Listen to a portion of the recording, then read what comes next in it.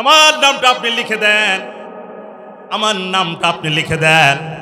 হযরত হাবিব ইবনে যায়েদ রাদিয়াল্লাহু তাআলা আনহু নবীজির কাছে গেলেন। নবীজি বললেন, শোনো ইয়ামামাই, একজন নবীর দাবি করেছে যার নাম মুসাইলামা। আমি নবী মুসাইলামার সঙ্গে আর একটা উপাধি দিলাম। আল্লাহ রব্বুল আলামিন বললেন মুসাইলামা হলো কাযযাব। আজকে কিতাবের ভিতরে সকল উলামায়ে কিরাম এই মুসাইলামার সঙ্গে আল্লাহ রব্বুল আলামিন যে নামটা জুড়েছিলেন কাযযাব মানে মিথ্যু। আল্লাহ রব্বুল আলামিন নবীজিকে পত্র লিখেছিলেন, হ্যাঁ মুহাম্মদ, আপনি নবীর দাবি করেছেন, আপনি অর্ধেক নবী, আমি মুসাইলামা অর্ধেক নবী। আপনি অর্ধেক পৃথিবীর প্রেসিডেন্ট, আমি মুসাইলামা অর্ধেক পৃথিবীর প্রেসিডেন্ট। আমি দাবি করলাম। আল্লাহ রব্বুল আলামিন নবী মুসাইলামাতুল কাযযাবের কাছে নবীজির তরফ থেকে দাওয়াত এবং চিঠিপত্র নিয়ে রওনা দেবেন। কোন সাহাবী যাবেন? আল্লাহ রব্বুল আলামিন নবীর সামনে সিংহের মতন গর্জন দিয়ে এক সাহাবী দাঁড়িয়ে গেলেন, তার নাম হলো হাবিবে যায়েদ। হযরত হাবিবে যায়েদ আল্লাহ রাব্বুল আলামিন নবীজির কাছ থেকে বিদায় নিলেন। নবীজি বললেন, হাবিব শোনো, তোমার উপরে এমন নির্যাতন আসতে পারে, তোমাকে শহীদ করে ফেলতে পারে। হাবিব ইবনে যায়েদ, তোমার সঙ্গে আমার হয়তো আর দেখাও নাও হতে পারে। আল্লাহ রাব্বুল আলামিনের বান্দা আদুরি সাহাবী বললেন, ওগো রাসূলুল্লাহ, আমার রক্ত যদি ইসলাম বিজয়ের জন্য যদি লেগে যায়, কাল কিয়ামতের ময়দানে আল্লাহ রাব্বুল আলামিন শহীদের মর্যাদা দিয়ে আমাকে তুলবেন। সুবহানাল্লাহ। হযরত হাবিব ইবনে যায়েদ আল্লাহর কোরআন পড়লেন। ঈমানদার যারা, তাদের পরীক্ষা করা হবে। আল্লাহর কোরআন বলেন, ওয়ালা নাবলুওয়ান্নাকুম বিশাইইম মিনাল খাউফি ওয়াল জু'i ওয়া নাকসিম মিনাল আমওয়ালি ওয়াল আনফুসি ওয়াস সামারাত। আল্লাহ রাব্বুল আলামিন বলেন, মুমিন ও মুসলমান, যারা ইমানদারের দাবি করেছো, তোমাদেরকে পরীক্ষা দেওয়া লাগবে। মুমিন ইমানদারের দাবি যারা করে, পরীক্ষা ছাড়া তা কোনোদিন হয় না। কথা ঠিক ঠিক নয়? হযরত হাবিব ইবনে যায়েদ রাদিয়াল্লাহু তাআলা মদিনা থেকে সুদীর্ঘ রাস্তা ইয়ামামায় চলে গেলেন। ইয়ামামায় যাওয়ার পর আল্লাহ রাব্বুল আলামিন নবীজির পত্র পাঠিয়ে দিলেন, তুমি হলো মুসাইলামাতুল কাযযাব। রাগে রাগান্বিত হয়ে গেল। আল্লাহ রাব্বুল আলামিন নবীজির আদরের সাহাবী হাবিব ইবনে যায়েদ রাদিয়াল্লাহু তাআলা আনহু যেই পত্র ডান হাতে নিয়েছিল, নবীজির আদরের সাহাবী হযরত হাবিব ইবনে যায়েদের ডান হাত কেটে দেওয়া হলো। আল্লাহ রাব্বুল আলামিনের বান্দা হাবিব ইবনে যায়েদ আল্লাহ নবীর পত্রটা বাম হাতে নিয়েছেন, বাম হাত কেটে দেওয়া হয়েছে। বাম হাত আল্লাহ রাব্বুল আলামিনের এই আদরের সাহাবী নবীজির তার বাম হাতটা কেটে দেওয়া হলো। ডান পাও কেটে দিয়েছেন, বাম পাও পর্যন্ত কেটে দিয়েছেন। দুইটা হাত দুইটা পাও একবারে কেটে দিয়েছেন। আল্লাহর কোরআন বলে, বান্দা মুমিন ইমানদারের দাবি করো। আমি আল্লাহ রাব্বুল আলামিন বলেন, আল্লাহ বলেন, আহাসিবান নাসু আইয়ুতরাকু আইয়াকুলু আমান্না ওয়া হুম লা ইফতানুন। আওয়াজ বলুন আল্লাহু আকবার। একটু জিকির, লা ইলাহা ও লা ইলাহা ইল্লাল্লাহ, লা ইলাহা সুবহানাল্লাহ আলহামদুলিল্লাহ, লা ইলাহা ইল্লাল্লাহ, লা ইলাহা আর জোরে, লা ইলাহা লা ইলাহা ইল্লাল্লাহু মুহাম্মাদুর রাসূলুল্লাহ সাল্লাল্লাহু আলাইহি ওয়াসাল্লাম।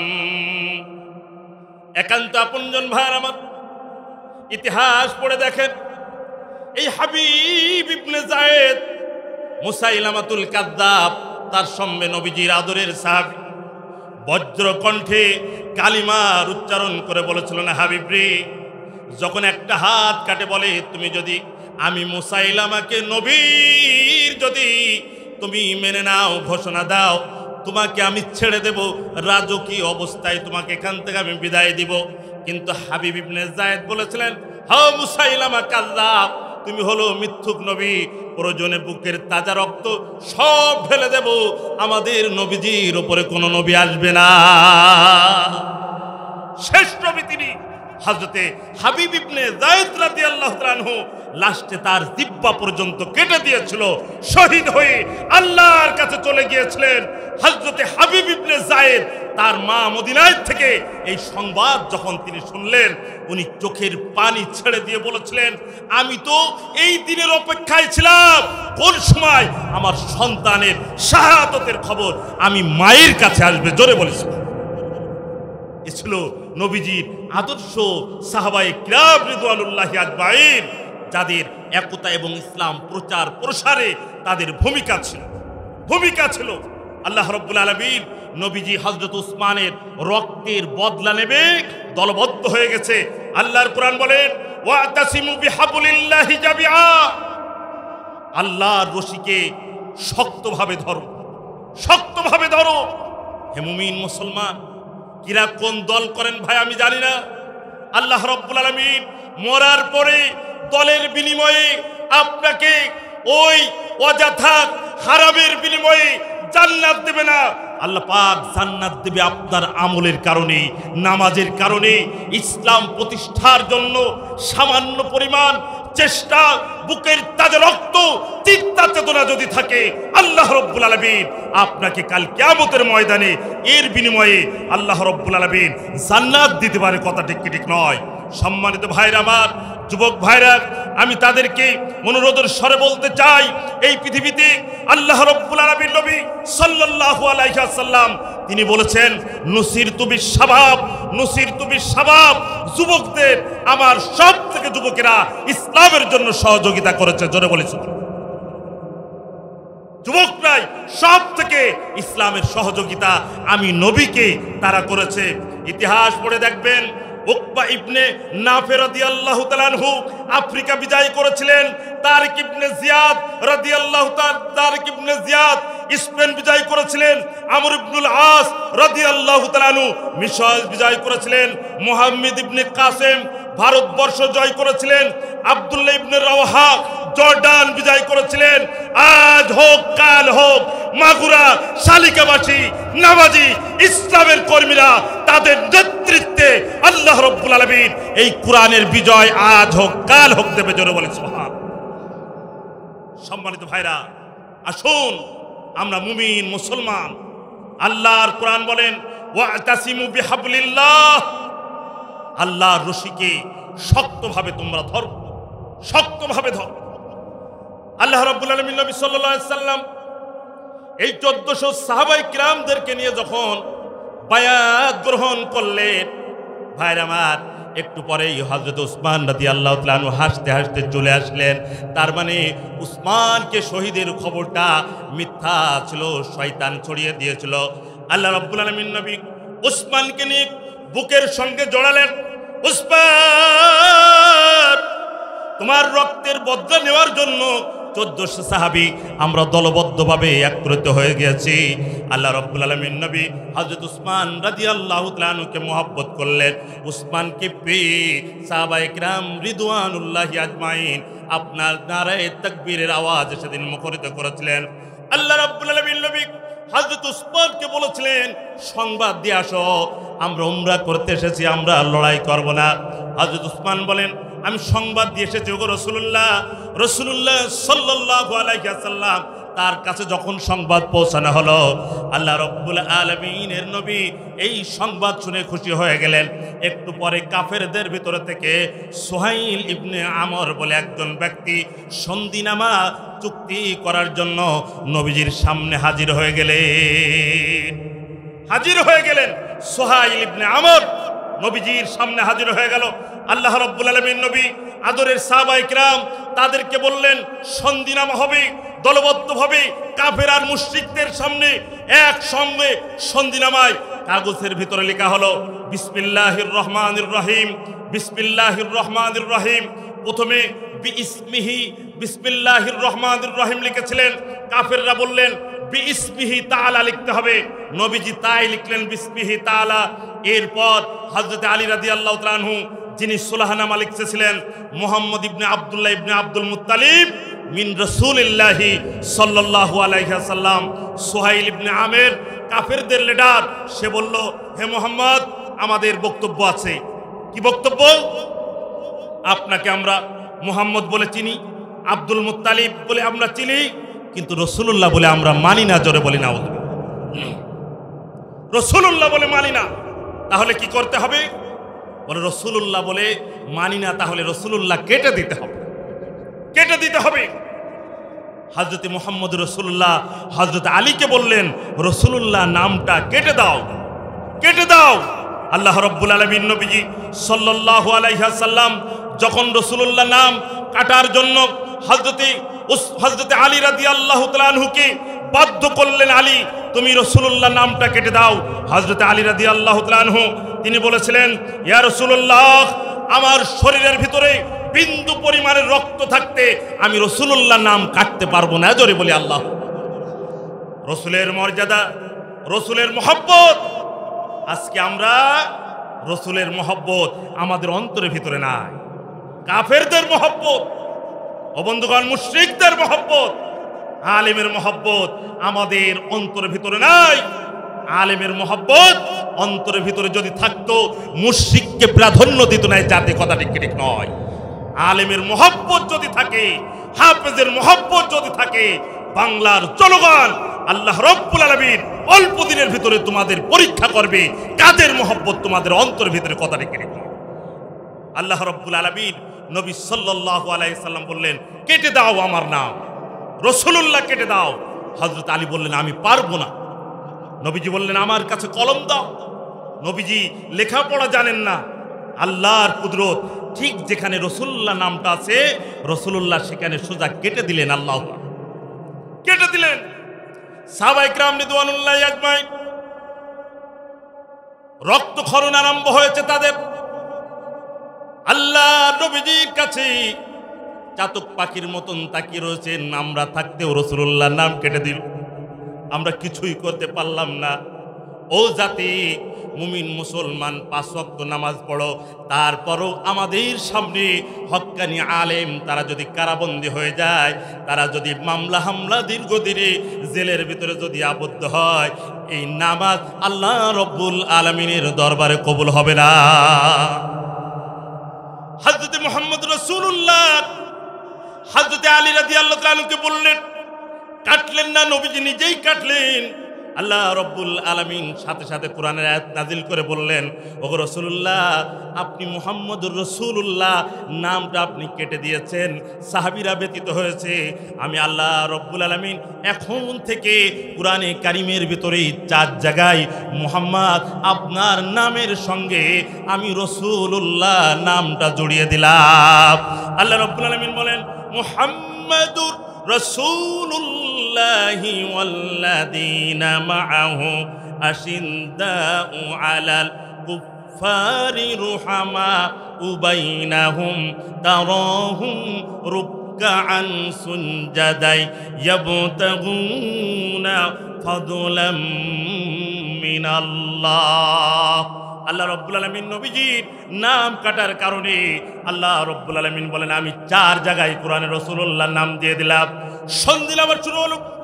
আল্লাহ রব্বুল আলামিন নবীর সামনে বললেন, ও মুহাম্মদ, এই বছরে 1 পা সামনে অগ্রসর করতে পারবেন না, মক্কার দিকে যেতে পারবেন না, আল্লাহর ঘর তওয়াফ করতে পারবেন না, সোজা ফিরে যেতে হবে। সামনের বছরে আসবেন, মাত্র 3 দিন অবস্থান করতে পারবেন, অস্ত্র সঙ্গে আনা যাবে না। রাসূলুল্লাহ সাল্লাল্লাহু আলাইহি ওয়াসাল্লাম বললেন, মেনে নিলাম। আর সন্ধিন আমার ভিতরে হলো, মক্কা থেকে মদিনায় যদি আমাদের কোনো ভাই চলে যায়, ইসলাম গ্রহণ করে, আমাদেরকে ফেরত দেওয়া লাগবে। তবে মদিনার থেকে যদি আপনার কোনো সাহাবী যদি মুরতাদ হয়ে আমাদের দিকে যদি চলে আসে, আমরা তাকে কিন্তু আমরা আর ফেরত দেব না। আল্লাহ রাব্বুল আলামিন নবীজি সবগুলো মেনে নিলেন। সাহাবায়ে কিরাম চাতক পাখির মতন সবাই তাকিয়ে রয়েছেন। আল্লাহ রব্বুল আলামিন নবীজিকে কাফেররা সুহাইল ইবনে আমর বললেন, নবী আপনি স্বাক্ষর করে দেন। আল্লাহ রব্বুল আলামিন নবীজি স্বাক্ষর করে দিলেন। সাহাবীরা কিছু স্বাক্ষর করলেন। হযরত ওমর রাদিয়াল্লাহু তাআলা আনহু গর্জনের সঙ্গে নবীজির কাছে গিয়ে বললেন, ওগো রাসূলুল্লাহ, আমি আপনার কাছে কিছু প্রশ্ন করতে চাই। কি প্রশ্ন করবে ওমর? রাসূলুল্লাহ সাল্লাল্লাহু আলাইহি ওয়াসাল্লামকে বললেন, কেন মেনে নিলেন? কেন মেনে নিলেন?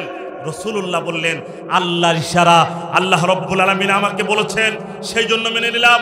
হযরত ওমর আবু বকরের কাছে গিয়ে একই প্রশ্ন করলেন। নবীজি সাল্লাল্লাহু আলাইহি ওয়াসাল্লাম ফিরে যাবেন, আবার সেই সুদূর মদিনায় ফিরে যাবেন।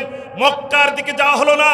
সাহাবায়ে কিরাম রিদওয়ানুল্লাহি আজমাইন তাদেরকে বললেন, তোমরা ইহরামের পোশাক খুলে ফেলাও, খুলে ফেলাও, তোমরা মাথা মুন্ডিয়ে ফেলাও, মাথার চুল ছোট করে ফেলাও। নবীজির সাহাবীরা নবীজির কথা শোনার জন্য পাগল পারা হয়ে যেত, কিন্তু এই মুহূর্তে কেউ নবীজির কথা শুনলেন না বলে আল্লাহ, কেউ শুনলেন না। আল্লাহ রাব্বুল আলামিন নবীজি দ্বিতীয়বার বললেন, তাও শুনলেন না। তৃতীয়বার বললেন, তাও শুনলেন না। এই সফরের ভিতরে হযরত উম্মে সালমা রাদিয়াল্লাহু তাআলা আনহা, নবীজির একজন স্ত্রী ছিলেন, তিনি বললেন, ওগো রাসূলুল্লাহ, আমার মনে হয় আপনার সাহাবীরা আপনার জন্য জাল দেওয়ার জন্য প্রস্তুত, তারা জাল দিয়ে দেয়। ওগো নবীজি, আজকে সাহাবীরা আপনার কথা শুনছে না। ওগো রাসূলুল্লাহ, আমার কাছে একটা বুদ্ধি আছে, আমার কাছে একটা বুদ্ধি আছে। কি বুদ্ধি? হযরত উম্মে সালমা বললেন, রাসূলুল্লাহ, আপনি আগে ইহরামের পোশাক খুলে ফেলান, আপনি আগে মাথা মুন্ডিয়ে ফেলান, অথবা আপনি আগে চুল ছোট করে ফেলান। নবীজি বললেন, তাই উম্মে সালমা, তুমি ঠিক বলেছো। হযরত উম্মে সালমা রাদিয়াল্লাহু তাআলা আনহু সাথে সাথে এই পরামর্শ নবীজি নিয়ে নবীজি ইহরামের পোশাক খুলে ফেললেন। সাহাবায়ে কিরাম 1400 পোশাক খোলার জন্য হেড়িক পড়ে গেছে। জোরে বলি সুবহানাল্লাহ। মুমিন মুসলমান, আল্লাহ রাব্বুল আলামিন নবীজি সাহাবায়ে কিরামদেরকে নিয়ে যখনই অগ্রসর হয়েছে, কসওয়া নামী উটনির উপরে নবীজি যখন উঠেছেন, সাথে সাথে সূরা ফাতাহ আল্লাহ রাব্বুল আলামিন সম্পূর্ণ এই সূরাটি নাযিল করলেন। আল্লাহ রাব্বুল আলামিন বললেন, ইন্না ফাতাহনা লাকা ফাতহাম মুবিনা লিয়াগফিরা লাকাল্লাহু মা তাকাদ্দামা মিন দামবিকা ওয়া মা ويتم نعمته عليك ويهديك صراطا মুস্তাকিমা। আওয়াজ দিয়ে বলুন আল্লাহু আকবার। সম্মানিত ভাইরা আমার, একান্ত আপনজনেরা খুব গভীর মনোযোগ দেন। মুমিন মুসলমান যদি দলবদ্ধতায় এক হয়ে যায়, মুমিনের পাওয়ার, মুমিনের শক্তি আল্লাহর কোরআন বলেছেন। আল্লাহ রাব্বুল আলামিন বলেন, মুমিনকে আমি আল্লাহ রাব্বুল আলামিন পার্সোনাল শক্তি আমি তাদেরকে দিই।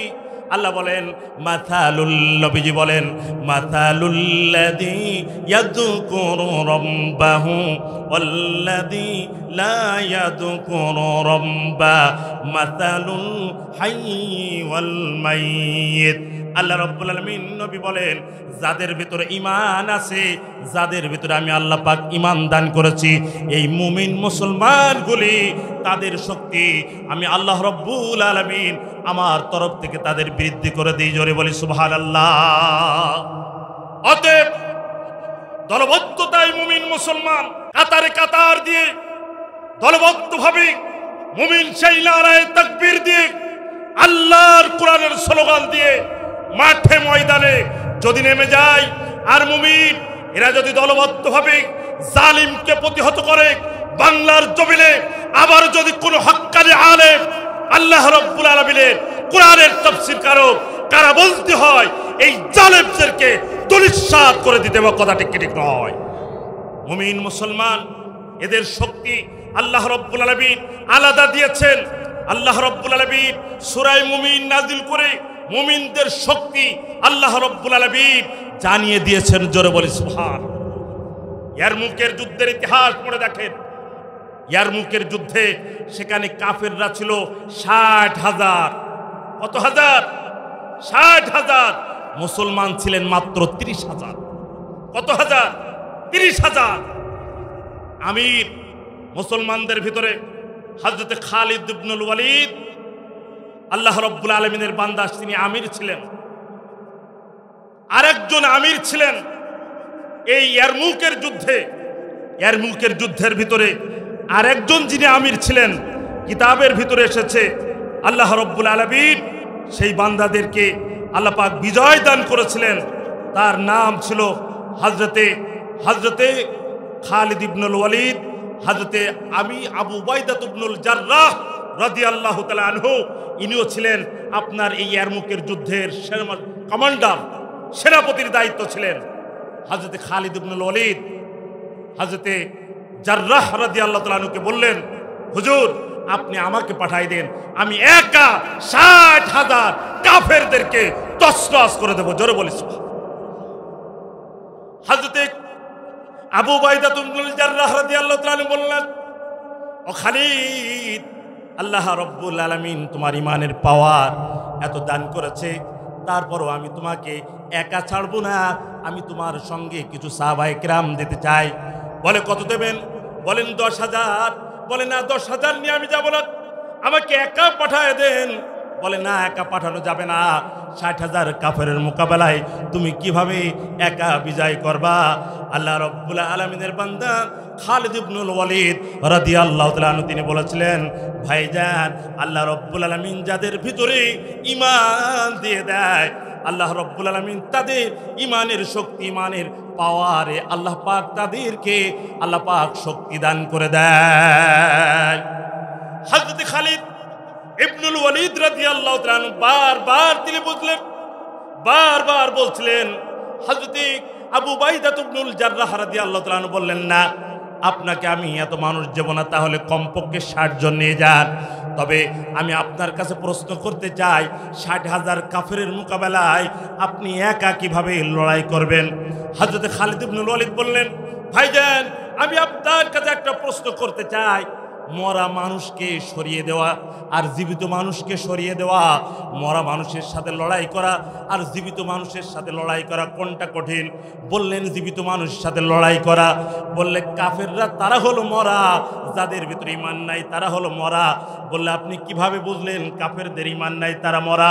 বলে আমার নবীজি বলেন, মাসালুল্লাযী ইয়াযকুরু রাব্বাহু ওয়াল্লাযী লা ইয়াযকুরু রাব্বাহু মাসালুল হাইয়্যি ওয়াল মাইয়িত। নবীজি বলেন, যাদের ভিতরে আল্লাহর জিকির আছে, যাদের ভিতরে আল্লাহর কুরআন যাদের ভিতরে আছে, তারা হলো জীবিত।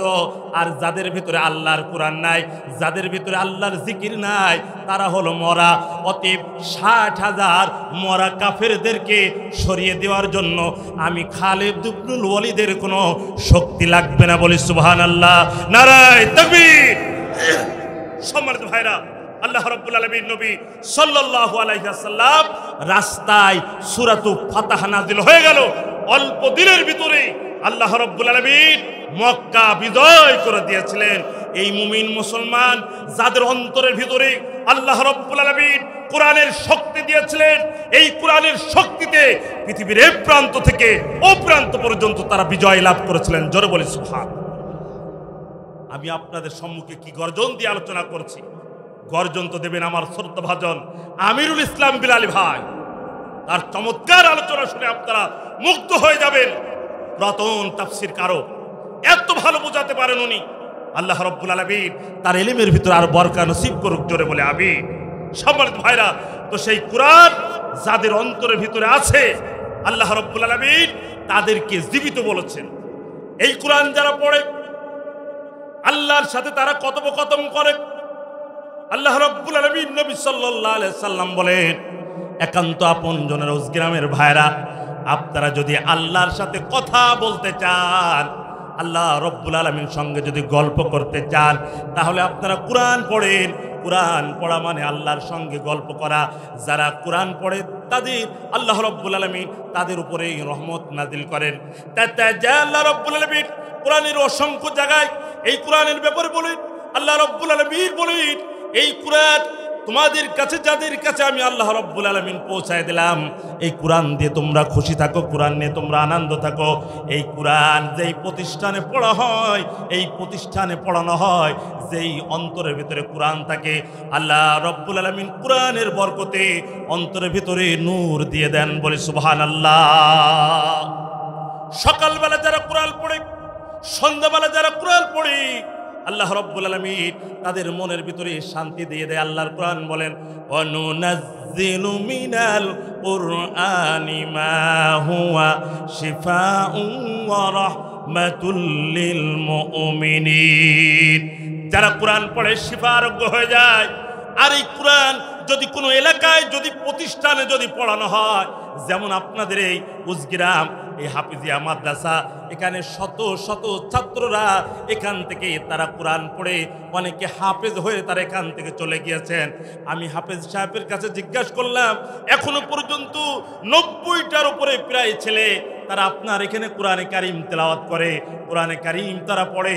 এই কোরআন বাচ্চাগুলি সকালবেলা, সন্ধ্যাবেলা, ফজরের আজানের 1 ঘন্টা আগে তারা ঠান্ডা পানি দিয়ে ওযু বানিয়ে তারা আল্লাহর কুদরতি পায়ে সাজদা দিয়ে তারা নামাজ পড়ে এই মহল্লাবাসীদের জন্য দোয়া করে তারা কোরআন পড়তে বসে। জোরে বলি সুবহানাল্লাহ।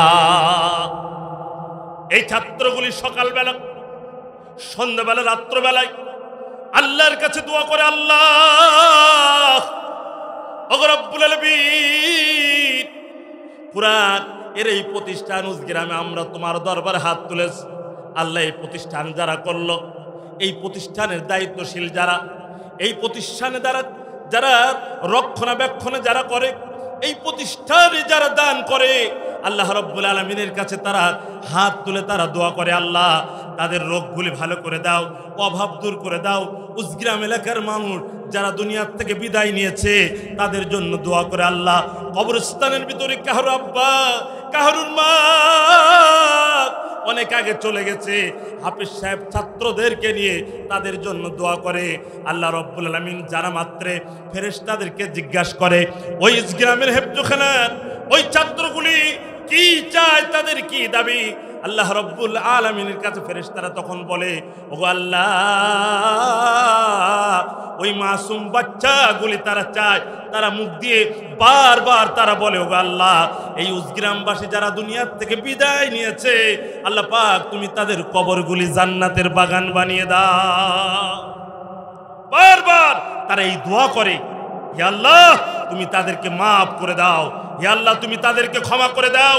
এই মাদ্রাসার তালবে ইলমগুলি যাদের বাড়িতে লজিং খায়, যাদের বাড়িতে সকালে দুপুরে রাত্রবেলায় গিয়ে এক এক মুঠো করে যারা খেয়ে আসে, এই হাফেজ, এই আলেম হক্কানি হয়ে আল্লাহ পাক যদি তাকে মৃত্যু দান করে দেয়, সে যদি জান্নাতে যায়, যাদের বাড়িতে খেয়ে এই ছেলে হাফেজ হয়েছে, আলেম হয়েছে, আল্লাহ পাক তাদেরকেও জান্নাত দেবে। জোরে বলি সুবহান। তাদেরকেও জান্নাত দিয়ে দেবে। কারণ এই হাফেজ আলেম যারা যাদের বাড়িতে খেয়েছে, যাদের খেয়ে হেফজ করেছে, হাফেজ হয়েছে, আলেম হয়েছে, আল্লাহ রাব্বুল আলামিন তাদেরকে এর ওসিলায় তাদেরকেও জান্নাত দেবে, তাদেরকেও জান্নাত দেবে। এই জন্য মাঝে মধ্যে এদের কাছে মাথায় হাত বুলিয়ে দেওয়া, এদের কাছে এসে বসা। অনেক ছাত্র আছে এতিম, মা নাই, বাবা নাই, মা থাকতেও মা নাই, বাবা থাকতেও বাবা নাই।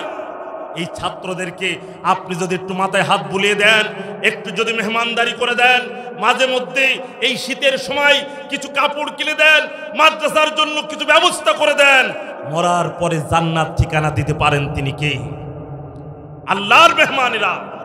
এই তালবে ইলমরা যখন রাস্তা দিয়ে হেঁটে যায়, নবী করিম সাল্লাল্লাহু আলাইহি ওয়াসাল্লাম বলেন, রাস্তার পাশে যদি পুকুর থাকে, পুকুরের ভিতরে যদি মাছ থাকে, এই মাছগুলি তাদের জন্য দোয়া করে। জোরে বলি সুবহান।